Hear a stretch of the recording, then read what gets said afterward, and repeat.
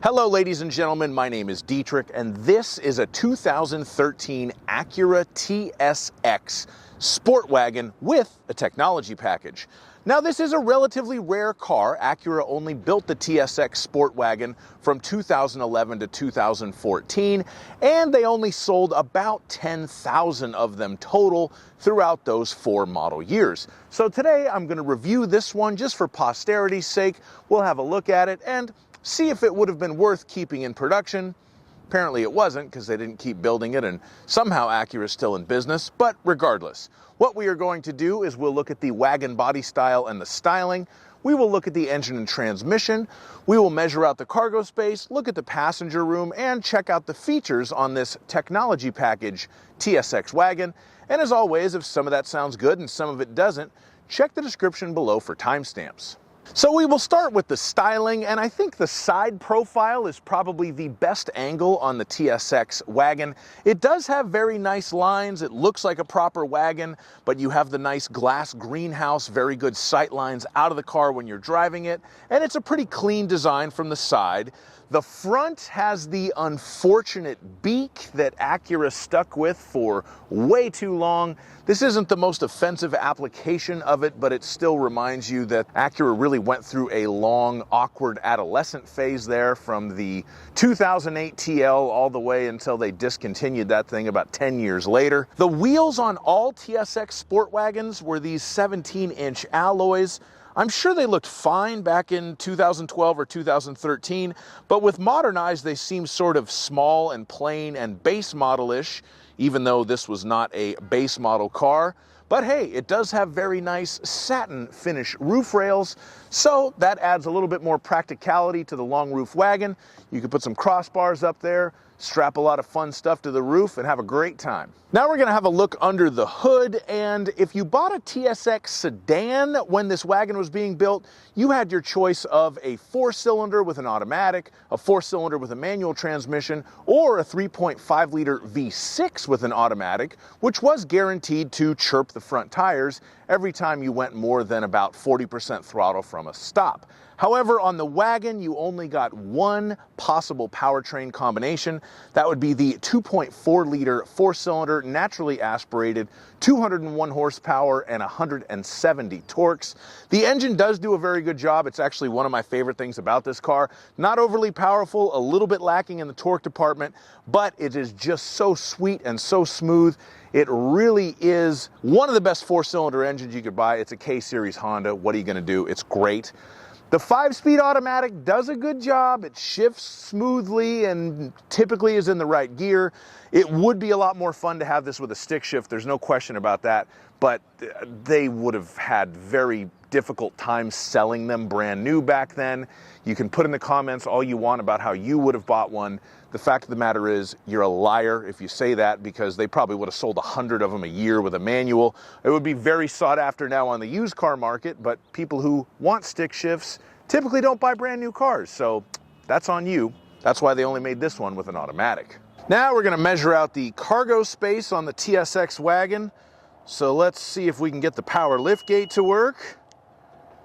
There she is. We're going to get our laser tape measure and measure this beauty out. The length of the rear cargo area from the back of the cargo area to the bottom of that back seat is 3 feet and 6 inches. The maximum width of the cargo area from the ELS subwoofer to this other side right here, 3 feet and 9 inches. The width of the cargo area in between the wheel wells at its narrower point right there, 2 feet and 7 inches. But the TSX Sport Wagon does have a trick up its sleeve right here. If we pull this little thing, we can actually remove that bit and open up some more cargo area and have a 12-volt power outlet there. So if we do that, the maximum width is actually 4 feet and 2 inches. Okay, if we fold down the back seats, we can see the cargo area here. It is very spacious. The only bummer is These strut towers for the rear wheels really intrude into the cargo area a lot, but the approximate length is 5 feet 9 inches with the back seats folded down. I say approximate because that is the measurement to the back of that passenger seat. So it could change based on where you have the seat set, but that gives you an idea of the fullness of the cargo area in the TSX wagon. And the height of the interior of the cargo area on the Acura TSX wagon is about 2 feet and 5 inches. And if you need to lift something into the back of your TSX wagon, the good news is you only have to lift it about 2 feet and 2 inches off of the ground. It's a very low load level there. And we do have some more tricks up our sleeve. We can open that up, and there's a very large cargo area underneath the floor. That would be the tire inflator kit. You didn't get a spare with the TSX wagons for this model year, 2013. We have a little bit of additional storage under there. You could fit at least a key down there.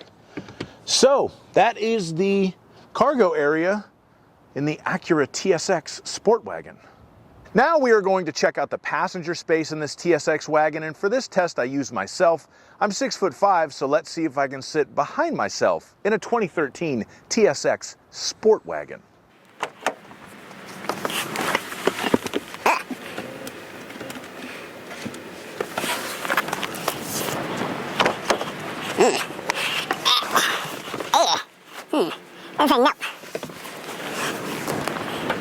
Okay, so the answer to this question is pretty much no.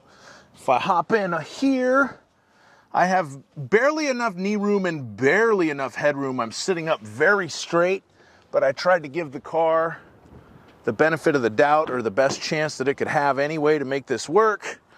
And when I sit back here, just not enough room for my legs. It's not very roomy passenger-wise. Behind me in my normal driving position, barely anything there. But we do have rear air vents for our backseat passengers, so that is very thoughtful. Now we're going to move into the interior of this TSX Sport Wagon and talk about the features in here, and we will start off with the technology package. The technology package on this car gave you the backup camera, the navigation system, the premium ELS audio system, which still sounds very good to this day. You got voice commands and a power liftgate. All of those features were the same whether or not you got the technology package on the sedan or the wagon, except for the power liftgate. That was a wagon-only feature. Moving on to some of the standard features here in the TSX Sport Wagon, it did have xenon lights as standard. That was a premium feature back in 2013. Leather seats, of course, and they are heated, and you have memory for the driver's side, and they are even keyed to the keys. That is one of my favorite features of Acuras. If you have two people who are going to be sharing the car, give one of them key number 1, the other one key number 2, and then program the memory seats accordingly, and it'll always be in the right position when you get in the car with your key. The center gauges are also pretty cool. It does that little trick where it looks like the needles are floating, but they're really just powered from kind of the perimeter of the gauges on the speedometer and the tachometer, but they do look really nice, especially at night. And if you look in the center console, you have a USB port, you have an auxiliary audio jack, because Apple still put headphone jacks on iPhones back then, and you have a 12-volt power outlet, and you have a little air vent that you can open or close, and it will let air conditioning into that little center console to keep things cool in there for you. We also have a power moonroof. It is just a regular size moonroof, but a nice standard feature to have nonetheless. So with the navigation that you got with the technology package, it was not a touchscreen. You had to use this little controller right here, which is demonstrably worse than a touchscreen. So if we hit map, we would see the map. If we hit menu, we could see the menu. And then if we want to put an address in, we can push enter. And then in California, push down for the street, and then we can start spelling out a street, and quite frankly, this is not the greatest system ever devised by man. Interestingly enough, Acura were very early onto the touchscreen navigation game, and then for some reason they abandoned it with the 2005 RL. That was when they brought this stupid thing in, and that was just their way of trying to copy BMW's iDrive, and it worked about as well as everybody else who tried to copy BMW's iDrive. Thank you so much for watching my video. I do really appreciate it. If you liked it, hit that thumbs up button, subscribe to my channel, leave me a comment, and have a great day. Bye-bye.